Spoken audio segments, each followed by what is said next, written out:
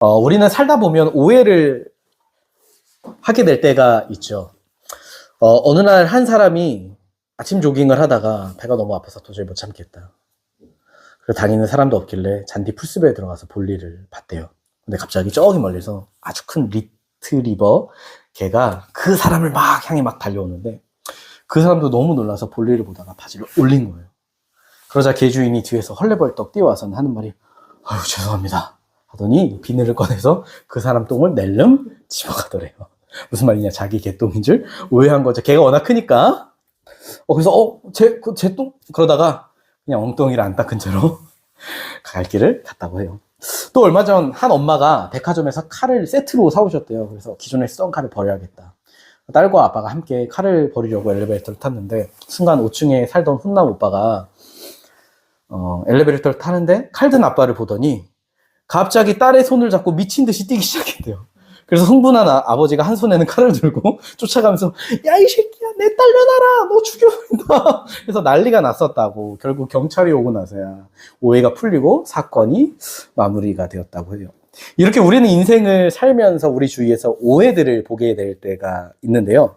오늘 본문에서도 하나님과 이런 오해를 하는 사람이 한 명 등장을 합니다.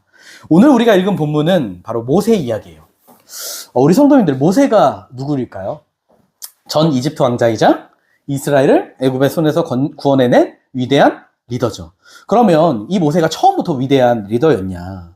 여러분도 알다시피 이 모세는 어린 시절 아기 시절 애굽 왕 바로의 공주에 입양됐죠. 그러다 어느 날 애굽 사람들이 자기 동족을 괴롭히는 걸 보고 애굽 사람을 죽이게 돼요. 그리고 그 일이 발각돼서 모세는 미디안 강요로 도망을 가는데요. 그리고 그렇게 40년이 흐른 어느 날 이 모세에게 누가 나타나셨냐? 4절 말씀 같이 읽어보겠습니다. 시작. 여호와께서 그가 보려고 돌이켜 오는 것을 보신지라 하나님이 떨기나무 가운데서 그를 불러 이르시되 모세야 모세야 하시매 그가 이르되 내가 여기 있나이다. 아멘. 지금 하나님께서 갑자기 모세에게 나타나시며 뭐라고 하시냐? 6절부터 10절까지의 내용을 종합해보면 내가 너의 조상 아브라함과 이삭과 야곱의 하나님이다. 내가 애굽에 있는 내 백성의 고통을 들었다. 내가 너를 바로에게 보내서 내 백성을 그들의 손에서 구원하고 가나안 땅으로 데려갈 거야. 그러니 너는 가라. 그리고 우리는 이 장면을 보면서 생각합니다. 야, 드디어 하나님의 역사가 시작되는구나. 나도 모세처럼 쓰임받는 특별한 인생이 되고 싶다. 근데 여러분, 과연 오늘 본문의 모세도 그런 생각을 했을까요? 만약 우리 자매님, 오늘 하나님께서 에이나, 너 북한 김정은에게 가라. 가서 북한 주민들을 구해라. 그러면 가십니까? 안 가죠. 저 같아도 안 가요. 우린 뭐라 할까요? 이거 사탄의 소리다. 예수님의 이름으로 떠나가라. 근데 만약 우리 자매님이 네 하고 북한을 간다? 그럼 뉴스에 이제 자매님 이름이 나오고, 뭐 북한 김정을 만나기도 전에 어디서 붙잡힐까요? 철책선에서 붙잡혀서 수용소에서 살려주세요. 함께 걷는 교회 실검 1위 되고 저는 국정원에 끌려가겠죠. 여러분, 우리는 성경의 이야기니까, 내 일이 아니니까 쉽게 이야기를 하지만, 여러분 당시 애굽은요 초강대국이에요, 이 당시에. 근데 그 왕한테 가서 노예를 풀어주라 한다? 이건요 말도 안 되는 이야기예요. 그래서 오늘 본문 11절을 보면 모세가 이렇게 이야기를 해요. 같이 읽어볼게요. 시작. 모세가 하나님께 아뢰되 내가 누구이기에 바로에게 가며 자손을 애굽에서 인도하여 내리이까. 아멘. 이 말을 쉽게 이야기하면요, 하나님 저보고 애굽에 가라고요? 거기서 이스라엘 백성을 구원하라고요? 아이고 제가 무슨 능력이 있다고 거기를 갑니까? 제가 뭐라고? 전 못해요. 저는 모세의 이 말을 들으면서 사실 그의 마음이 이해가 됐어요. 왜 이해가 됐냐면 여러분, 모세는 이미 실패를 한번 경험한 적이 있잖아요. 예전에 아까 말했듯이 왕자 시절에 자기 동족을 구원하려 했어요. 그 당시 출애굽기 2장 11절을 보면 애굽 사람이 히브리 사람, 다른 말로 이스라엘 사람을 치는 걸 보고 모세가 봤대요. 그래서 12절에 모세가 좌우에 사람이 없는 걸 보고 그 애굽 사람을 쳐 죽였다. 근데 여러분 이상한 건요, 11절에 치다와 12절에 쳐 죽이다가 원어로 같은 단어예요. 무슨 말이냐면 이 모세는 단순한 괴롭힘을 구하려던 게 아니라 동족이 죽임 당하는 걸 구하려다 그런 거라고요. 근데 다음날 무슨 일이 일어났나요? 이스라엘 사람들이 이렇게 싸우니까 모세가 딱 중재하려고 하니까 뭐라고 해요? 네가 뭔데 나서냐? 네가 우리 재판관이냐? 이집트 사람 애굽 사람 죽였듯이 나도 죽일 거냐? 그리고는 애굽의 왕 바로가 이 말을 듣고 모세를 죽이려 했다. 여러분 이걸 보면 되게 뭔가 이상하지 않아요? 노예들이 왕자에게 네가 뭔데 우리를 판단해? 네가 재판관이냐라고 하질 않나. 왕자가 사람을 죽였다고 왕이 죽이려고 하지 않나. 여러분 생각해보세요. 이 당시 애굽 사람들과 모세는 생김새가 비슷했을까요? 달랐을까요? 다르죠. 인종이 달라요. 무슨 말이냐면 모세가 왕자로 입양되었지만 이방인인 거예요. 그러니까 왕자로서 교육은 받고 궁궐에 살지만 진짜 애굽인으로는 인정받지 못하는 사람. 그러니까 다른 왕족들에게 어떻게 했어요? 모세가 눈에 가시 같은 존재죠. 그러니 애굽에서도 자기 동족에게도 환영받지 못하는 존재, 어디에도 속하지 못한 존재. 그게 모세였다고요. 그리고는 결국 어때요? 도망자가 돼서 여기 광야에서 40년을 살았어요. 그러니까 모세는 아는 거예요. 나도 이미 한번 해봤는데 안 되더라. 여러분, 우리도 인생을 살면서 실패를 해본 적이 있죠. 우리 성도님들은 인생에서 가장 크게 한 실패 혹시 뭐가 있나요? 있어요? 실패들? 네. 없나요? 다들 성공의 대로를 걸어오셔가지고. 저는 군대에서 한 번은 유격훈련을 했는데, 이야기한 적이 있는지 모르겠지만, 유격훈련 하면 첫날 새벽 한 5시에 일어나요. 한 6시간 정도 산을 타요. 그리고는 이제 지쳐있으면, 오후부터 이제 PT 체조를 이제 본격적으로 시작하는데, 이게 하이라이트예요. 제가 진짜 군대에서 욕한 적이 없는데, 이 훈련을 하면서 저 교관 악마 새끼들 하면서 쌍욕을 했어요. 그리고 그 다음날이 됐더니 이 팔과 다리에 알이 배겨서 힘이 안 들어가는데, 이 둘째 날에는 장애물 코스를 하거든요. 근데 딱 마지막 순서가 뭐였냐면, 그 높은 곳에 올라가서 봉이 있는데, 그 아래 손잡이가 있어요. 그러면 이제 공중에서 그 손잡이를 잡고 굴러서 하여튼 내려오는 거예요. 근데 제가 이제 딱 마지막 순서였거든요. 이등병. 종이 치는 거예요. 훈련 끝. 그러니까 교관이 물어요. 너 할래 말래? 근데 이등병이 어떻게 안 한다고 해요. 하겠습니다! 하고 딱 이제 올라갔어요. 올라가서, 아, 이제 봉을 손을 잡고 내려와야겠다! 그 이후로 기억이 없어요. 왜냐면 추락했거든요. 놓쳐서. 그리고 저는 바로 후송이 돼서 모든 훈련에서 제외. 제가 그 이틀 훈련하고 3kg가 맞았어요. 얼마나 힘들었으면. 근데 그 다음 연도에 또 유격 훈련 하는데 다행히 PT 체조나 이런 게 없어져가지고 이제 쉽게 장애물을 하는데 그때 떨어졌던 거기 딱 마주 한 거예요. 근데 이제는 팔다리 알도 안 베기고 간부가 할 수 있겠냐. 딱 올라갔는데 올라가는 그 순간부터 그 당시의 기억과 함께 손다리가 막 떨리기 시작한 거예요. 무슨 말이냐? 트라우마가 생긴 거예요. 그리고 그때부터 다시 제 안에 고소공포증이 생기기 시작했어요. 근데 여러분, 모세도 그래요. 지금 모세에게 뭐가 있냐면 트라우마가 있어요. 애굽 트라우마. 근데 그런 자기에게 하나님도 너무하시지. 애굽으로 다시 가래요. 그래서 모세가 그러는 거예요. 나는 감당할 깜냥이 안 됩니다. 그런데 하나님께서 그런 모세에게 뭐라고 하시냐? 12절 말씀. 같이 한번 읽어보겠습니다. 시작. 하나님이 이르시되 내가 반드시 너와 함께 있으리라. 내가 그 백성을 애굽에서 인도하여 낸 후에 너희가 이 산에서 하나님을 섬기리니 이것이 내가 너를 보낸 증거니라. 아멘.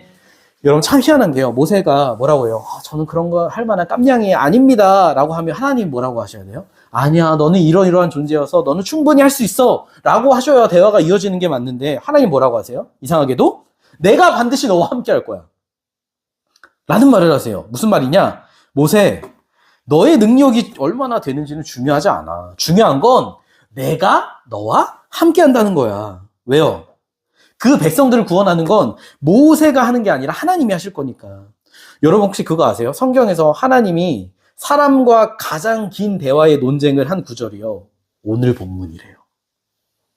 근데 사실 하나님 입장에서 모세의 능력이요? 필요 없어요. 왜요? 아무리 모세가 인간적으로 능력이 뛰어나다 하더라도요. 그 일은 인간의 능력으로 할 수 있는 게 아니거든요. 여러분, 하나님께서 우리를 부르시고 소명을 주시는 게 뭐냐? 초청하시는 거예요. 너 나와 같이 그거 하자. 그럼 모세의 역할은 뭐예요? 그냥 초청하시는 하나님의 말씀 따라 순종하기만 하면 돼요. 왜요? 능력은 하나님이 주시면 되는 거니까. 전에도 이야기했지만 요새 예단 예찬이가 가끔 한숨을 쉬어요. 그래서 니들이 무슨 걱정이 있다고 30개월 한숨이냐. 저희 누나 아들 조카가 초1인데 예담 예찬이를 보고 그랬대요. 부럽다. 그래서 엄마, 쟤네는 저렇게 맨날 먹고 자고 놀고 싸고 그렇게 사는 거야? 나도 그렇게 살고 싶어. 그러자 저희 누나가 너도 여태껏 그렇게 살았어. 그리고 지금도 초1이니까 학교 가서 매일 놀잖아. 조카가 그러더래요. 나는 학습지도 해야 되고 학교 숙제도 해야 되고 우리 집 재정 걱정도 해야 되고 인생이 힘들어. 걱정이 맞다는 거예요. 그래서 우리 애들도 그런 걱정을 하나? 근데 여러분 생각해 보세요. 만약 저희 집에 쌀이 떨어졌어요. 그럼 둥이들이 이걸 우리 집에 쌀이 떨어져서 이제 우리가 밥이 없나 봐. 전전긍긍한다고 생각해 봐요. 얼마나 황당해요. 쓸데없는 걱정이라고 하겠죠. 근데 지금 하나님 입장에서 모세가 그래요. 그리고 사실 우리도 모세와 크게 다르지 않죠. 여러분, 우리는 인생을 다 살면서 특별한 경험을 하기 원해요. 삶에서 하나님의 응답이나 기적을 경험하고 싶죠. 근데 여러분 성경에서 나타난 하나님의 역사는요. 한 가지 공통점이 있어요. 그게 뭐냐면 바로 하나님은 하나님 사이즈의 일을 하세요. 다른 말로 사람이 할 수 있는 크기가 아니라는 거예요. 여러분 이스라엘이 애굽에서 탈출하는 일 모세의 능력으로 안 돼요. 나중에 홍해를 가르고 가나안 땅에 가서 승리하고 그들의 힘으로 불가능한 거예요. 그럼 왜 모세를 보내셨을까요? 간단해요. 이 일들을 통해 하나님의 하나님 되심을 드러내는 거예요. 생각해 보세요. 하나님은 눈에 안 보여요. 사람들이 안 믿죠. 그래서 성경을 보여줘도 안 믿어요. 그럼 할 수 있는 게 뭐냐? 하나님만이 하실 수 있는 놀라운 일을 우리를 통해 이 세상에 보여주시는 거예요. 그래서 이분이 하나님이시다. 이분이 온 우주를 만드셨고 우리를 다스리는 주님이시다. 그래서 믿지 않는 사람들이 다 그 일을 보고 주님께로 나오게 하는 거. 그래서 모세를 부르시고 우리를 초청하시는 거예요. 근데 여러분 우리가 그 부르심에 순종하기 위해 반드시 우리에게 먼저 있어야 하는 게 하나 있어요. 그게 뭘까요? 바로 회개예요. 회개. 근데 어떤 회개냐? 자기중심적인 삶과 가치관에서 벗어나 누구의 중심으로 돌아가는 거? 하나님 중심. 자, 그럼 질문. 이 둘의 차이는 뭘까요? 자기중심과 하나님 중심의 차이. 간단해요. 주어만 바꾸면 돼요. 내 인생의 주어가 나냐? 아니면 하나님이냐? 여러분 오늘날 교회 밖을 볼 필요 없이 교회 안에서도 보면 이 자기중심적인 삶, 가치관으로 사는 사람들이 꽤 많아요. 그러면 이런 사람들의 삶의 특징이 뭘까요? 인생의 초점이 누구에게 맞춰져 있어요? 나 자기. 그래서 실제 삶의 인생의 목적이 뭐냐? 내가 성공해서 잘 먹고 잘 살고 잘 누리고 내 새끼들 잘 되고 그래서 사람들에게 부러움도 받고 우월감도 가지고 남들이 가지지 못하는 권력이나 돈도 갖고 그래서 인생의 영원한 가치를 어디에 둬요? 이 땅에 두며 이 땅만을 위해 사는 거. 그래서 결국 누가 높아지는 인생? 내가 높아지는 인생. 그러니 그걸 이루기 위해 어때요? 자기 힘과 자기 지혜와 세상의 방법과 그런 것들을 의지하고 그걸 위해서 남을 짓밟기도 하고 양심에 거리끼는 짓도 하면서 내가 이루어놓은 거에 자부심을 가지죠. 여러분 남자들이 보통 자부심 가지는 거 뭘까요? 좋은 차 딱 작게 꺼내놓고 좋은 아파트 사람 통장에 있는 숫자들 아니면 세상에서 좋은 학벌 좋은 직장을 자랑하고 그러니 교회에 모여도 무슨 이야기 할까요? 돈 이야기하고 주식 이야기 다 주식하더라고요. 요새는 뭐가 좋다더라. 부모들은 모이면 뭐예요? 애들 교육에 뭐가 좋다더라. 그 이야기 자체가 잘못됐다는 말이 아니에요. 예수님과 신앙의 이야기는 하나도 없으면서 그런 이야기만 한다는 거죠. 그러니 교회를 다녀도 그저 예수님은 내 인생의 목표나 기대를 채우기 위한 수단에 불과한 거. 근데 문제는 여러분 우리가 인생을 살다 보면 내가 원하는 대로만 되나요? 아니요. 수많은 어려움을 만나기도 하고 풍파를 만나기도 하고 위기도 만나잖아요. 그러면 그런 상황 속에서 우리가 교회를 다닌다는 그 사실만으로 믿음의 눈으로 현실을 볼 수 있겠냐고요.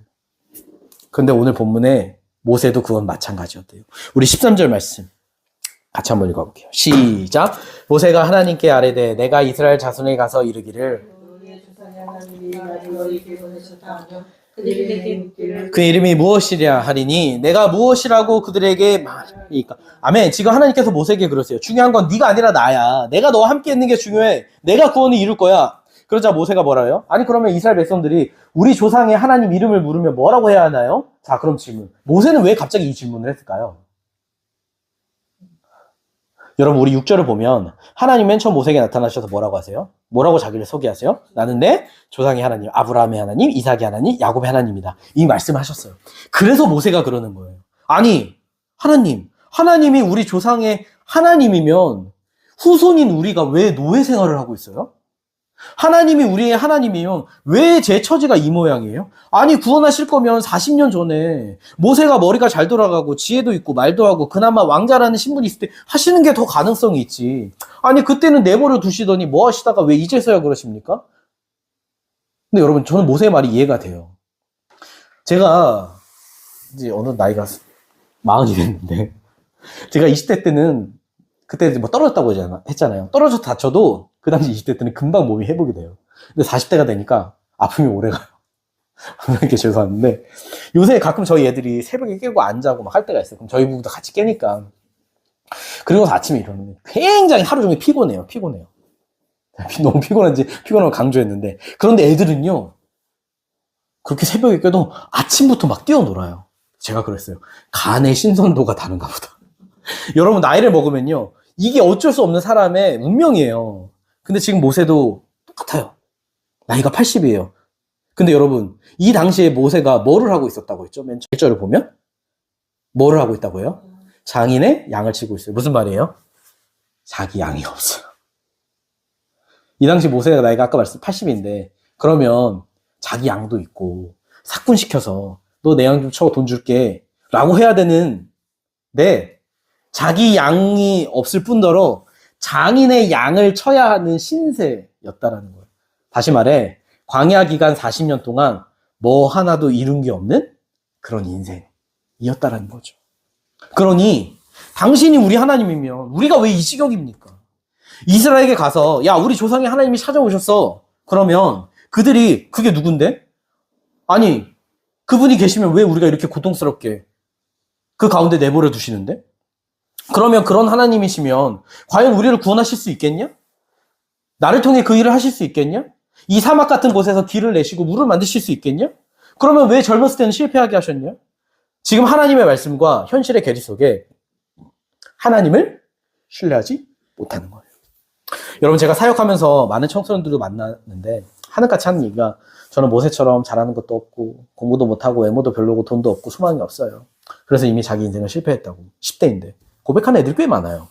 그런데 어른이라고 다른가요? 요새 뭐 한참 유행했던 날 헬조선, 취업의 문은 좁고 직업도 뭐 내가 가지고 별로고 가진 것도 없고 월급은 집골이 많은 데다가 좁은 집에서 SNS를 보면 남들이 사는 허세를 보면서 수많은 열등감과 패배감 가지고 이제 결혼도 사치다.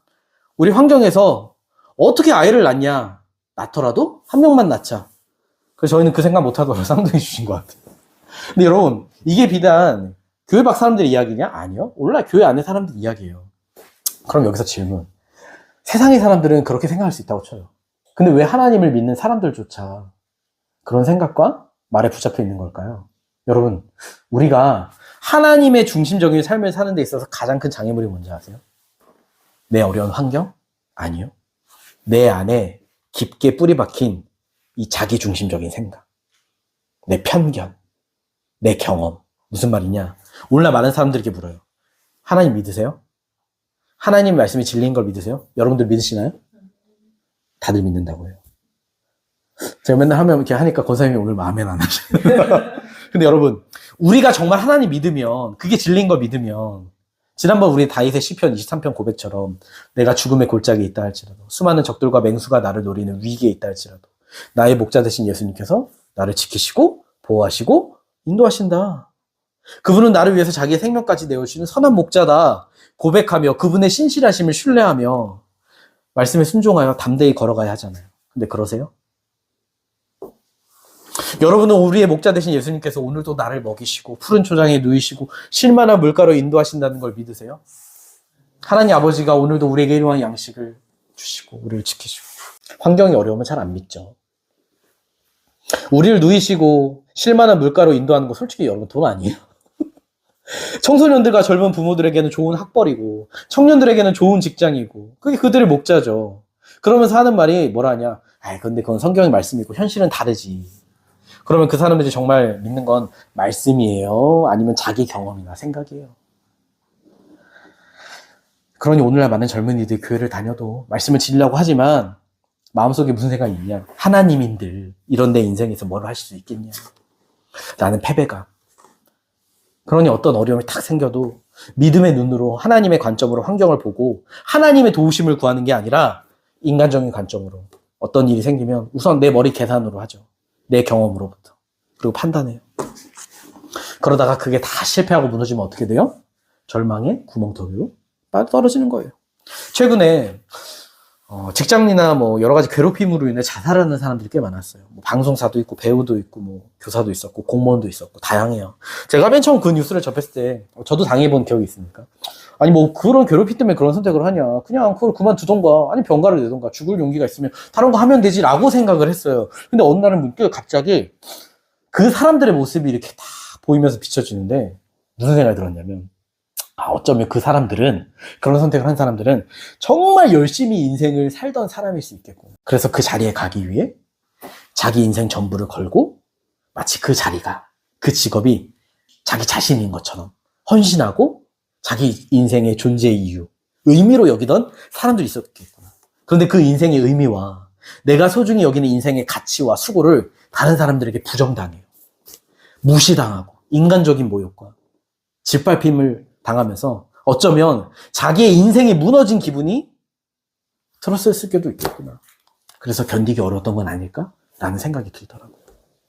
여러분, 전에도 제가 많이 얘기했지만 저도 이 수능을 통해서 원래는 초등학교 선생님이 되려고 했었어요. 근데 재수했는데 복통나서 실패하고 이제 우울증이 왔다고 했잖아요. 왜 왔느냐? 수능 시험 때문에 실패해서? 여러분, 시험은 잘 볼 수도 있고 못 볼 수도 있어요. 근데 저에게 수능은요, 단순한 그런 문제 차원이 아니었어요. 수능은 제 인생의 가난의 탈출구였어요.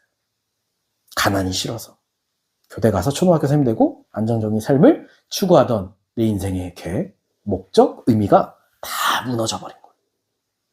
그 당시 제가 칭찬받고 인정받고 싶었던 제게 유일하게 사람들에게 인정의 의미를 가져올 수 있는 그 일이 그 길이었다고요.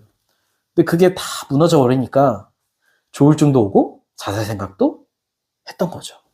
근데 여러분, 그 가운데 제가 어둡고 그 긴 동굴에서 벗어날 수 있었던 이유는요, 환경이 달라졌기 때문이 아니었어요. 그럼 그 이유가 뭐였냐? 제 인생의 진짜 목자이신 예수님을 만났습니다. 그 예수님의 빛이 제 안에 딱 비추어지는데, 그때 무슨 일이 일어났냐면, 제 생각의 자리에 잡았던, 제 영적인 눈을 가렸던 그 사탄의 견고한 진이, 다시 말해, 자기 중심적이었던 그 삶의 가치관, 관점이 무너지니까 뭐가 보이느냐? 하나님의 관점으로 제 상태가 보이는 거예요. 여러분, 우리가 드라마를 보면 그러잖아요. 3자 입장에서 다 보이잖아요. 등장인물 간에 왜 오해가 생기는지, 또 어떤 인물은 재벌 아버지의 잃어버린 아들인데 가난하게 고생하다가 결국 마지막에 가족을 찾겠구나, 알잖아요. 그런 것처럼 깨달아지는 거예요. 야, 내가 인생의 탈출구 문이라고 달려갔던 저 대학이 나의 헛된 우상이었구나. 진짜 나의 목자와 문은 예수님이셨는데, 그분은 선한 목자이시며 십자가의 생명을 주기까지 나를 사랑하셨는데, 내가 얼마나 말을 안 들어 먹으며 하나님의 배를 아프게 하셔서 시험도 망하게 하셨을까.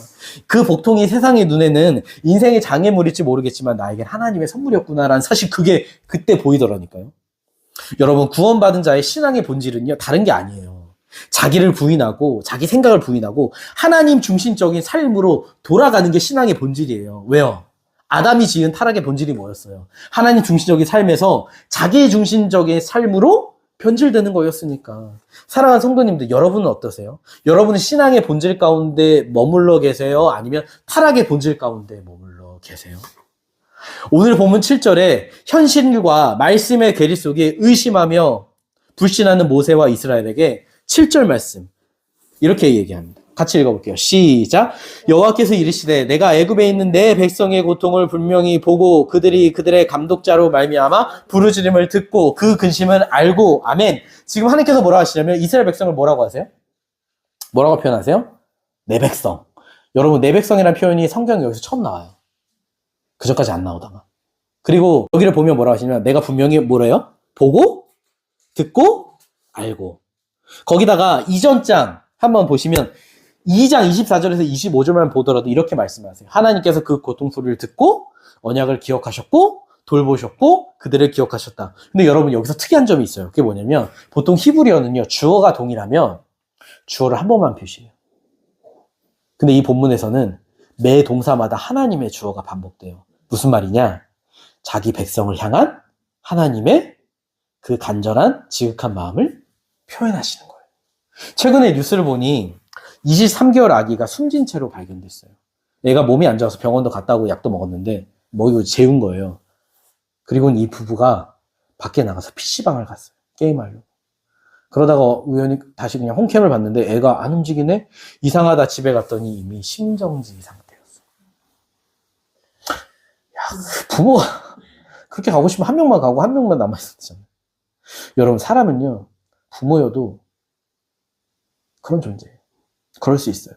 근데 우리 하나님 아버지는요, 우리를 얼마나 사랑하시는지 늘 눈동자처럼 우리를 지켜보시고 우리의 기도를 들으시고 우리를 돌보시는 분이래요. 그래서 자기 아들까지 내어주시는. 그래서 그들의 조상을 그렇게 돌보셨던 그 하나님이 지금도 자기 백성을 돌보시고 구원하신 하나님이다. 사랑하는 성도님들, 여러분에게 하나님은 과거의 하나님이세요? 아니면 지금 현재의 하나님이세요? 나는 과거의 하나님뿐 아니라 지금도 너희들의 하나님이다. 그러기에 너희들의 인간적인 생각, 너희들의 세상적인 관점, 방법, 목적 다 내려놓고 하나님을 보래. 하나님께 돌아오래. 그래서 그 하나님 품 안에서 하나님만을 신뢰하고 하나님만이 목적이 되는 삶. 그럴 때 우리는 하나님의 역사를 경험할 수 있다는 것이죠. 여러분, 모세가 왕자의 전 시절에 과거에 실패했잖아요. 그럼 그때는 하나님이 함께 하지 않으셨을까요? 함께 하셨나요? 하셨어요? 그럼 왜 실패했나요? 히브리서 11장 24절 보면요. 사실 자기 동족을 구하려던 모세의 마음이요. 하나님에 대한 열정, 헌신에서 시작했단 말이에요. 그러니까 자기 인간적인 마음으로 한 게 아니에요. 사도행전 7장 23절에서 25절만 봐도 모세가 그 당시 그렇게 하면 하나님이 자기를 통해 저들을 구원하실 거라 생각했대요. 무슨 말이냐? 이미 그 당시 모세의 마음에 이스라엘을 건져내는 소명이 있던 거예요. 그럼 왜 실패했을까요? 그럼에도. 우리 아까 잠깐 이야기하시려고 했잖아요. 하나님을 의지하지 않는다. 빙고. 하나님의 방법이 아닌 자기의 방법을 하려고 했기 때문에 실패한 거예요. 작년 여름 이제 제가 파트로 아르바이트 하다가 이제 교통사고 났었잖아요. 기억하세요? 그때가 6월이더라고요. 전 벌써 그렇게 됐구나. 그 당시 이제 경차를 운전하고 있었는데 덤프트럭과 부딪혔잖아요.